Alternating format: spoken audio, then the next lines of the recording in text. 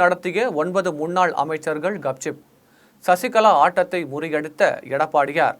அதிமுகவில் அதிரடி திருப்பம். தமிழக அரசியலில் தற்பொழுது திமுக, காங்கிரஸ், பாஜகவை விட அதிவேக ரகசிய நடவடிக்கைகள் அதிமுகவில்தான் நடைபெற்று வருகின்றன. திடீரென தமிழகம் முழுவதும் சுற்றுப்பயணம் மேற்கொண்டிருக்கும் சசிகலா தனது இறுதிக்கட்ட மகாபாரத யுத்தத்தை நடத்தி கொண்டிருக்கிறார். சசிகலாவின் சதித்திட்டம் என்ன?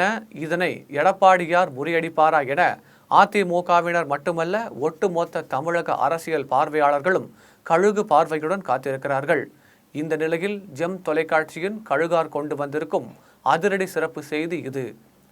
எப்படியும் அதிமுகவின் பொதுச் செயலாளர் பதவியை எட்டி பிடித்துவிட வேண்டும், தமிழ்நாட்டிற்கு முதலமைச்சர் ஆகி மக்கள் மத்தியில் வீர நடை போட வேண்டும் என்பதில் சசிகலா மிக தீவிரமாக இருக்கிறார். அவரது கடைசி கட்ட யுத்தம் தற்பொழுது தென்காசியில் இருந்து தொடங்கியிருக்கிறது. சசிகலா தலைமை ஏற்றால் எடப்பாடியார் ஆதரவாளர்கள் பலர் பல்டி அடிக்கலாம் என்ற சூழ்நிலையில் தற்பொழுது அதிமுக பொதுச் செயலாளராக இருக்கும் எடப்பாடி பழனிசாமி பல அதிரடி நடவடிக்கைகளை மேற்கொண்டு வருகிறார். முன்னதாக சசிகலாவையும் பன்னீர்செல்வத்தையும் நம் கட்சியில் சேர்த்து கொள்ளலாம் என்று பலர் அவரிடம் ஆலோசனை சொல்ல தொடங்கினார்கள். இதில் எடப்பாடியாருக்கு மிகவும் நெருக்கமான முன்னாள் அமைச்சர்கள் செங்கோட்டையன், வேலுமணி, தங்கமணி, விஸ்வநாதன், சி.வி. சண்முகம், கோபி அன்பழகன் உள்ளிட்ட 9 பேரும் அடக்கம். இவர்கள் அனைவருமே சசிகலா, ஓபிஎஸ்ஐ சேர்த்து கொண்டு கட்சியை நடத்தலாம் என ஆலோசனை சொல்லி வந்தார்கள். ஆனால் எடப்பாடி பழனிசாமி தனி ஒருவராக இந்த சூழ்நிலைகளும் சசிகலாவை சேர்த்து கொள்ள முடியாது என்பதில் உறுதியாக இருக்கிறார். இது தொடர்பாக அவர் சொல்லும் பொழுது, கறந்த பால் மடிபுகாது, கருவாடு மீனாகாது என்றார்.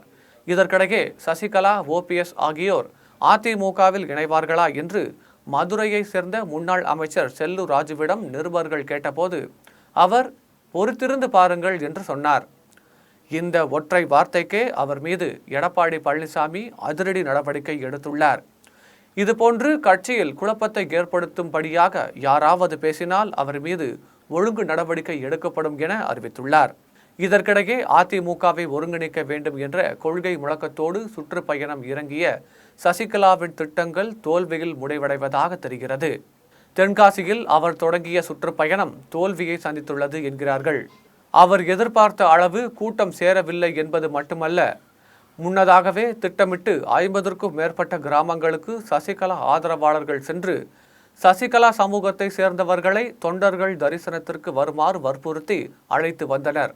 அப்படியும் சசிகலாவின் சுற்றுப்பயணம் பிசுபிசுத்து போய்விட்டது.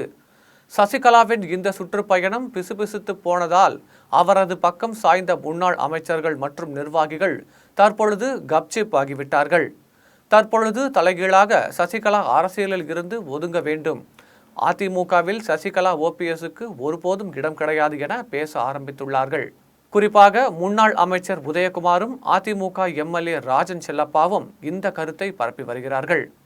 இதனைத் தொடர்ந்து எடப்பாடியார் அணிக்குள் இருந்து வந்த சசிகலா ஆதரவு குரல் சமாதி கட்டப்பட்டு இருக்கிறது என்கிறார்கள் அவரது ஆதரவாளர்கள்.